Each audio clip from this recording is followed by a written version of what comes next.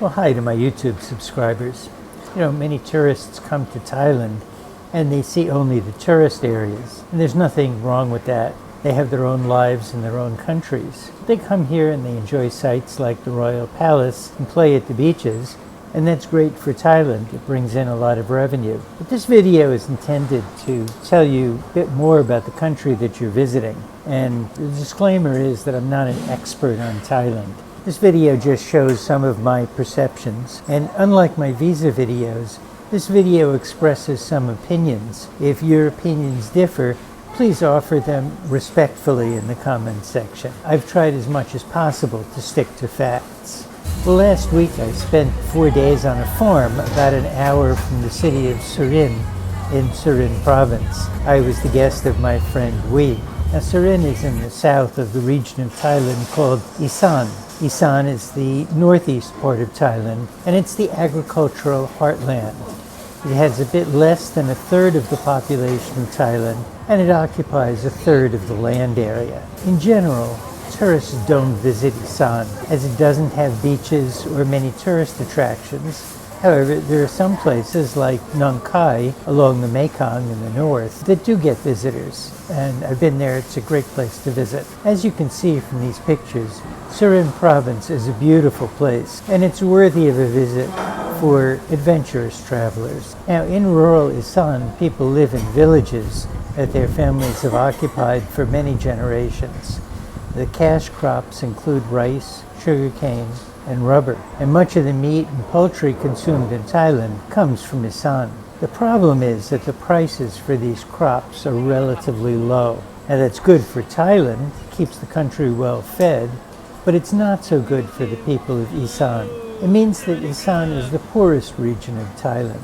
People can raise their own food, but there's little money for consumer goods like motorcycles, cars, televisions, and washing machines. So in order to obtain these goods, younger members of the family leave to work in factories or in the hotels, restaurants, and massage shops of the tourist areas of Thailand. When you get a massage, it's likely that your masseuse comes from Isan. Give a big tip. The money will likely help people in agricultural Isan. Indulge yourself and feel good about it.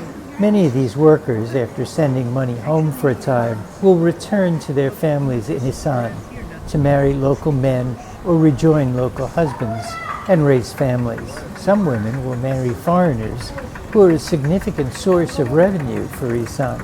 Anyway, I had a great time spending 4 days on my friend's farm near Surin.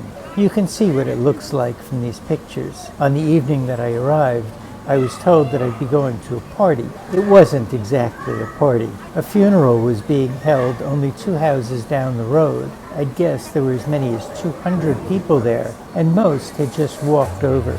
There were chairs set out in rows, facing a dais with 6 Buddhist monks. A couple of large awnings had been set up. A temporary chapel had been erected with the casket, flowers, and a photo of the dead young man. There, each person in attendance lit incense, bowed, prayed, and left the incense sticks to burn. The young man, who died from an accident, was only 23. Very sad. And yet, the mood was far from solemn. People were talking and even joking. Even the head monk said something that everyone laughed at. One by one, friends and relatives came up to the edge of the dais and left envelopes in front of the monks, bowing. Following the service, tables were brought out, and the group had a dinner. That night, big speakers blared loud Thai pop music. The bass made it impossible to sleep. It's a tradition to see the dead off with music. I did finally manage to get some sleep, which was good, because we and her sister went early to market to buy food that they would sell at their food stall, and I went with them. So I'll break this video into parts. This seems like a good place to end part 1. So I hope you'll join me for part 2 later on.